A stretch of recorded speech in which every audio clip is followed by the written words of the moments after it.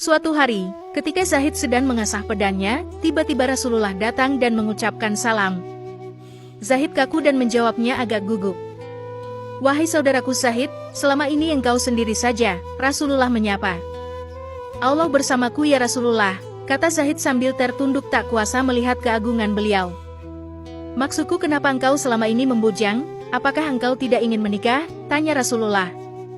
Zahid menjawab, "Ya Rasulullah, aku ini seorang yang tidak mempunyai pekerjaan tetap, dan wajahku tak tampan. Siapa yang mau dengan diriku? Asal engkau mau, itu urusan yang mudah," kata Rasulullah sambil tersenyum. Kemudian Rasulullah memerintahkan sahabat untuk membuatkan surat yang berisi lamaran kepada seorang wanita bernama Zulfah binti Said, seorang gadis cantik jelita, anak bangsawan Madinah yang terkenal kaya raya. Surat itu dibawa ke rumah Zahid dan diserahkan sendiri olehnya ke rumah Said. Disebabkan di rumah Said sedang ada tamu, setelah memberikan salam, Zahid kemudian memberikan surat tersebut dan diterima sendiri oleh Said. "Wahai saudaraku Said, aku membawa surat dari Rasulullah untuk diberikan kepadamu," kata Zahid. Said menjawab, "Ini adalah suatu kehormatan buatku." Lalu surat itu dibuka dan dibacanya. Ketika membaca surat tersebut, Said agak terperanjat, karena menurut tradisi perkawinan Arab selama ini, biasanya seorang bangsawan harus menikah dengan keturunan bangsawan, dan yang kaya harus menikah dengan orang kaya. Akhirnya Said bertanya kepada Zahid, "Wahai saudaraku, betulkah surat ini dari Rasulullah?" Zahid menjawab, "Apakah engkau pernah melihat aku berbohong?" Dalam suasana yang seperti itu, Zulfah datang dan berkata, "Wahai ayah, kenapa sedikit tegang terhadap tamu ini? Bukankah lebih baik dipersilahkan masuk?" "Wahai anakku," kata Said, "ini adalah pemuda yang sedang melamarmu untuk menjadi istrinya." Di saat itulah, Zulfah melihat Zahid sambil menangis sejadi-jadinya dan berkata, "Wahai ayah, banyak pemuda tampan dan kaya raya menginginkan aku, tetapi aku tidak mau." Dan Zulfah merasa dirinya terhina. Maka Said berkata kepada Zahid, "Wahai saudaraku, engkau tahu sendiri anakku tidak mau. Bukan aku menghalanginya, dan sampaikan kepada Rasulullah bahwa lamaranmu ditolak." Mendengar nama Rasul disebut ayahnya, Zulfah berhenti menangis dan bertanya kepada ayahnya, "Wahai ayah, mengapa membawa-bawa nama Rasulullah?" Akhirnya Said berkata, "Lamaran ini adalah perintah Rasulullah." Maka Zulfah istighfar beberapa kali dan menyesal atas kelancangan perkataannya tadi. Dia berkata kepada ayahnya, "Wahai ayah, kenapa tidak sejak tadi ayah berkata bahwa yang melamarkan ini adalah Rasulullah? Kalau begitu, segera nikahkan aku dengan pemuda ini ayah." Zulfah ingat firman Allah dalam Al-Quran. Sesungguhnya jawaban orang-orang mukmin, bila mereka dipanggil kepada Allah dan Rasul-Nya, agar Rasul menghukum atau mengadili di antara mereka ialah ucapan, "Kami mendengar, dan kami patuh." Dan mereka itulah orang-orang yang beruntung. Quran Surat An-Nur ayat 51.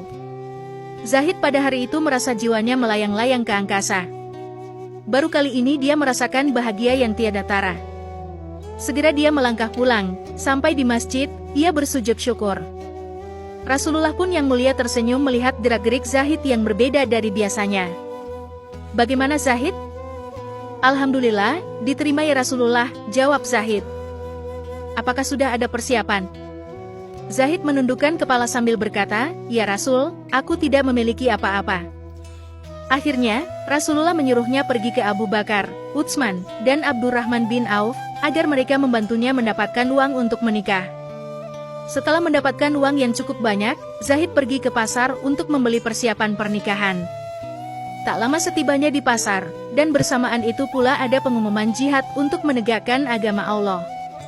Zahid mulai bingung menentukan sikap, antara menikah atau berjuang demi agama Allah. Akhirnya dia mencoba kembali lagi ke masjid. Sesampai di sana, dia melihat kaum muslimin sudah siap-siap dengan perlengkapan senjata. Zahid bertanya, "Ada apa ini?" Sahabat menjawab, "Wahai Zahid, hari ini orang kafir akan memerangi kita. Apakah kamu tidak mengetahui?" Zahid istighfar beberapa kali sambil berkata, "Jika begitu, uang untuk menikah ini akan aku belikan baju besi dan kuda yang terbaik. Aku lebih memilih jihad bersama Rasulullah dan menunda pernikahan ini." Para sahabat menasehatinya, "Wahai Zahid, nanti malam kamu berbulan madu, tetapi engkau hendak berperang?" Zaid menjawab dengan tegas, itu sudah ketetapan hatiku ingin bersama Rasulullah untuk berjihad. Lalu di hadapan para sahabat Nabi, Zaid membaca ayat. Katakanlah, jika bapak-bapak, anak-anak, saudara-saudara, istri-istri, kaum keluargamu, harta kekayaan yang kamu usahakan, perniagaan yang kamu khawatiri kerugiannya, dan tempat tinggal yang kamu sukai, adalah lebih kamu cintai dari Allah dan Rasul-Nya, dan dari berjihad di jalannya, maka tunggulah sampai Allah mendatangkan keputusannya.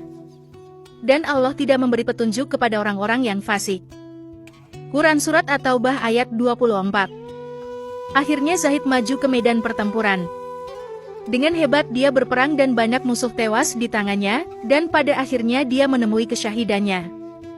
Dia gugur demi membela akidah Rasulullah. Peperangan telah usai, kemenangan direbut para tentara Rasul. Senja penuh dengan keberkahan, ketika Rasulullah memeriksa satu persatu sahabat yang telah gugur sebagai syahid. Tampak dari kejauhan sosok pemuda yang bersimbah darah, dengan luka bekas sasatan pedang. Rasulullah menghampiri jasad itu sambil meletakkan kepalanya di pangkuan beliau. Rasul memeluknya sambil menangis terseduh-seduh. Bukankah kamu, wahai Zaid, yang hendak menikah malam ini? Tapi engkau memilih keridaan Allah, dengan berjihad bersamaku, ucap Rasulullah. Tak lama kemudian Rasulullah tersenyum dan memalingkan muka ke sebelah kiri karena malu, lantaran sesosok bidadari cantik dari surga menjemput ruh mulia pemuda itu, sambil tersingkap kakinya, sehingga tampak keindahan betis hingga membuat Rasulullah malu. Rasulullah lalu berkata, hari ini Zaid berbulan madu dengan bidadari yang lebih cantik daripada Sulfah. Lalu Rasulullah membaca ayat. Janganlah kamu mengira bahwa orang-orang yang gugur di jalan Allah itu mati, bahkan mereka itu hidup di sisi Tuhannya dengan mendapat rezeki. Mereka dalam keadaan gembira, disebabkan karunia Allah yang diberikannya kepada mereka, dan mereka bergirang hati terhadap orang-orang yang masih tinggal di belakang yang belum menyusul mereka, bahwa tidak ada kekhawatiran terhadap mereka dan tidak pula mereka bersedih hati. Quran Surat Ali Imran ayat 169-170. Pada saat itulah para sahabat meneteskan air mata dan Sulfah pun berkata, Ya Allah, alangkah bahagianya calon suamiku itu. Jika aku tidak dapat mendampinginya di dunia, maka izinkanlah aku mendampinginya di akhirat.